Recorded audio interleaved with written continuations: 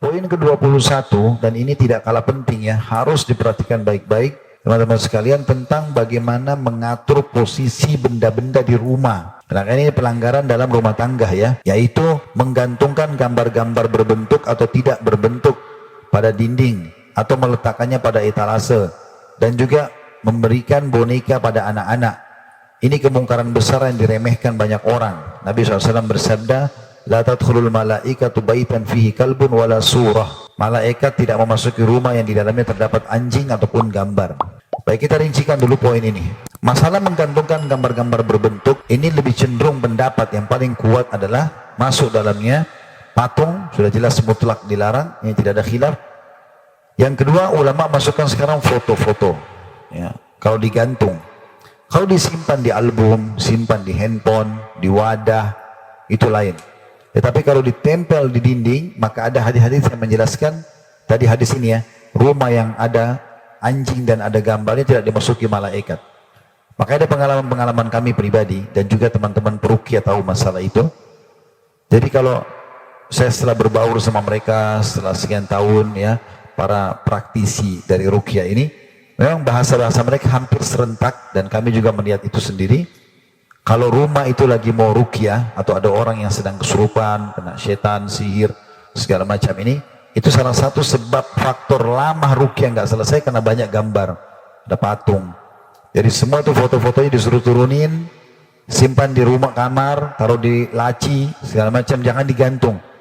Jadi itu proses ruqyahnya lebih cepat dibandingkan orang-orang yang ada seperti ini. Dan biasanya setan-setan ini kalau lagi di ruqyah, dia kesurupan, orang ini kesurupan, lalu setannya ngomong, kalau ditanya kamu sembunyi di mana? Oh di patung ada depan rumahnya, oh di foto yang dia pasang di ruang tamunya. Tempat mereka memang bertengkar situ. Jadi kita harus hati-hati dengan masalah ini. Kemudian juga kalau yang kedua berhubungan dengan masalah boneka, ini masih ada rincian ulama. Sebenarnya kalau kita lihat merucutnya larangan ini kepada pajangan ya, memajangnya ya, boneka, patung, segala macam itu. Kalau patung sudah tidak boleh, maksud saya boneka. Tapi kalau kita belikan anak-anak boneka untuk mereka bermain masih dibolehkan, tapi jangan pajang. Karena ada riwayat-riwayat lain menjelaskan waktu Aisyah menikah dengan Nabi SAW, dalam hadis sahih dikatakan itu di tangannya Aisyah masih ada boneka mainannya, karena masih kecil, 9 tahun waktu Nabi SAW ya, bergaul sama Aisyah gitu. Kemudian juga Aisyah pernah bermain dengan sebuah boneka kayu, kuda, jadi kesannya kuda tapi ada sayap gitu kan. Kemudian Nabi SAW mengatakan, apakah kau bermain dengan kuda seperti ini atau boneka seperti ini? Maka Aisyah mengatakan, ya Rasulullah, tidakkah anda tahu kalau Jibril punya sayap? Dan Nabi SAW tersenyum gitu kan. Artinya dalam bentuk mainan tidak ada masalah, dalam bentuk mainan ya. Tetapi ulama tetap anjurkan kalau bisa dihindari, lebih aman kita ganti dengan yang lain lah, buku atau apalah, pakaian, sepatu, makanan. Kok jangan boneka, hindari aja boneka. Karena khawatirnya memang siapa tahu kita lupa lalu kita pajang di lemari atau dipajang di kepala, diranjang di bagian kepala anak misalnya, maka sudah cukup membuat tidak masuk malaikat, gitu kan? Nah, ini bermasalah sendiri. Ya, ini lebih baik dihindari. Apalagi kalau kita tidak mengontrol tontonan anak-anak ya. Ya, misalnya mereka nonton misal Doraemon, kartun. Sekarang lagi musim misalnya Doraemon, lalu kemudian dijuallah spraynya, dijuallah sarung bantalnya, selimutnya, lalu bapak ibu belikan buat anak-anak, plus belikan bonekanya. Anak ini juga mengidolakan Doraemon misalnya, yang dia tonton di TV, Doraemon itu bisa mengeluarkan apa saja dari perutnya, gitu kan? Bisa ini, bisa itu, tinggal si anak itu minta sama dia misalnya. Mungkin bapak ibu berpikir, oh itu kan cerita, tapi anak-anak bukan begitu. Mungkin satu waktu dia lagi tidur di kamarnya sendiri, dia ngomong sama boneka itu, dan itu bahaya secara akidah. Toh kita juga nggak ada ruginya kan kalau kita tidak berikan itu. Lebih kita berikan spray yang lain, yang lebih ya polos ataupun yang lain ya, mungkin bunga, tumbuh-tumbuhan, mungkin gitu, daripada seperti ini. Mirip juga dengan banyak yang ditokohkan oleh sebagian muslimin karena mengambil dari orang-orang kafir ya. apa saja lah sifatnya. Tapi sebenarnya misalnya contoh Mickey Mouse, Minnie Mouse gitu-gitu. Ini kan tokoh yang dijual oleh mereka gitu kan. Dan dijadikan sebagai tokoh. Tapi kita dalam agama Islam, ada hal yang harus kita tahu. Tikus itu simbol keburukan. Tikus itu simbol keburukan. Makanya Nabi SAW mengatakan 5 hewan wajib dibunuh. Di wilayah haram atau di luar haram. Di Mekah sama Madinah atau di luar itu. Lalu Nabi sebutkan tikus, ular, gitu kan? Anjing buas, burung gagak yang dadanya ada warna putihnya, dan burung Raja Wali. Riwayat lain cecak dan juga kalajengking. Ya. Tetapi tikus masuk dalamnya. Kalau teman-teman baca buku tentang takbir mimpi, misal orang istikharah. Kalau orang istikharah disebutkan oleh Ibnu Sirin rahimahullah, beliau pakar dalam ilmu ta'wil mimpi. Saya pernah temukan ada buku beliau sudah ada terjemahan bahasa Indonesia. Padahal ini orang generasi awal tabi'in, ya. Ensiklopedia mimpi kalau nggak salah judulnya. Jadi beliau memang punya buku, memang beliau nulis masalah itu. Jadi kalau mimpi ini berarti artinya ini, mimpi ini artinya ini. Nah, hampir disepakati oleh para pentakbir mimpi, kalau mimpi hewan-hewan yang disuruh bunuh berarti kefasikan.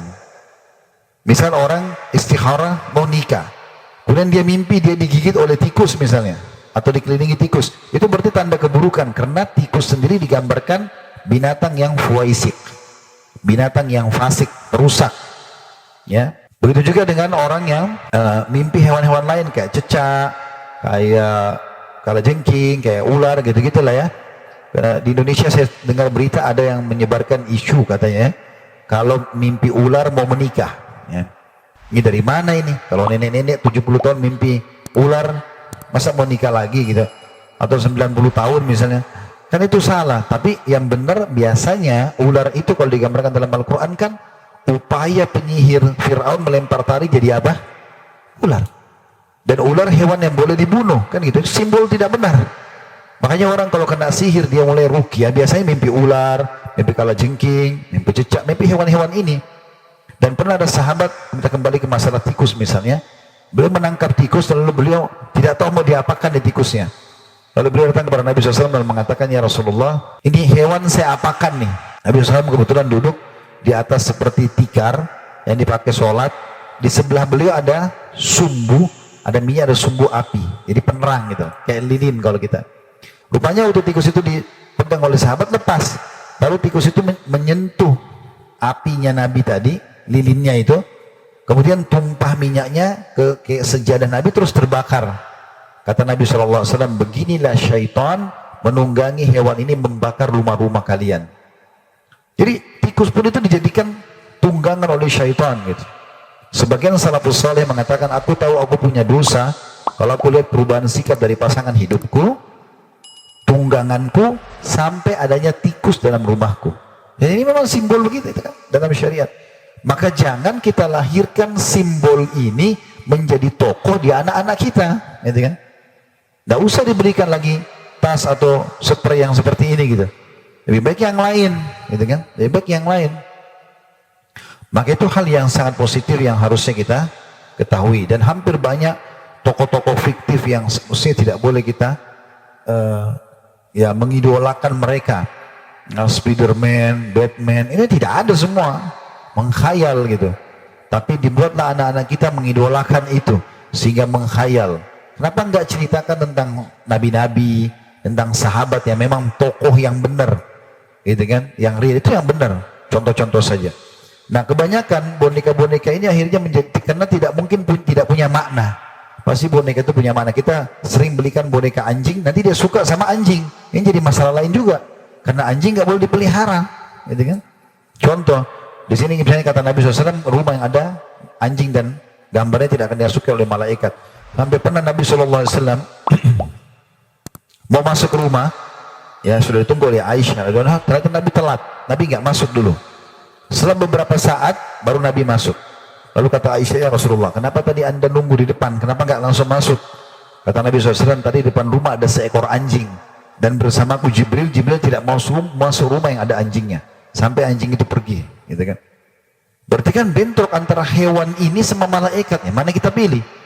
Pasti ada malaikat, nggak mungkin, karena malaikat membawa rahmat, gitu kan. Maka ini dihindari kita. Ya, karena pernah juga ada yang menanyakan kepada saya, ibu pengajian ya, mengatakan, Ustaz, tapi kan saya hobi hewan gitu. Masa saya nggak boleh pelihara? Masa Islam sampai sekeras itu nggak boleh pelihara anjing? Saya bilang memang itu anjing dilarang. Ibu bisa alihkan ke yang lain kalau emang harus ya. Masih ada hewan lain, ada ikan, ada kucing. Kucing dibolehkan. Ada sahabat yang memelihara kucing, tapi anjing memang tidak boleh. Alihkan kepada hewan yang lain, gitu kan? Kalaupun harus alihkan kepada hewan. Kalau bisa tidak alihkan kepada hewan lebih bagus lagi. Lebih baik pelihara anak yatim, gitu kan? Daripada kucing biayanya 3 juta tiap bulan, lebih baik makanin anak yatim, gitu kan? Itu 3 juta bisa 10 anak yatim kalau 300 ribu satu anak. Dan kata Nabi SAW, rumah yang sebaik-baik rumah yang ada anak yatimnya misalnya. Ya kan? Karena sekarang salonnya ada, dokternya ada. Hidupin aja di alamnya Allah, nanti Allah punya cara gitu kan. Tapi kan saya pengen lihat Ustaz, oke, buka YouTube banyak. Ya. Mau kucing ini tinggal lihat gambarnya, anggap saya depan mata kita kan selesai. Artinya ini masukan saja.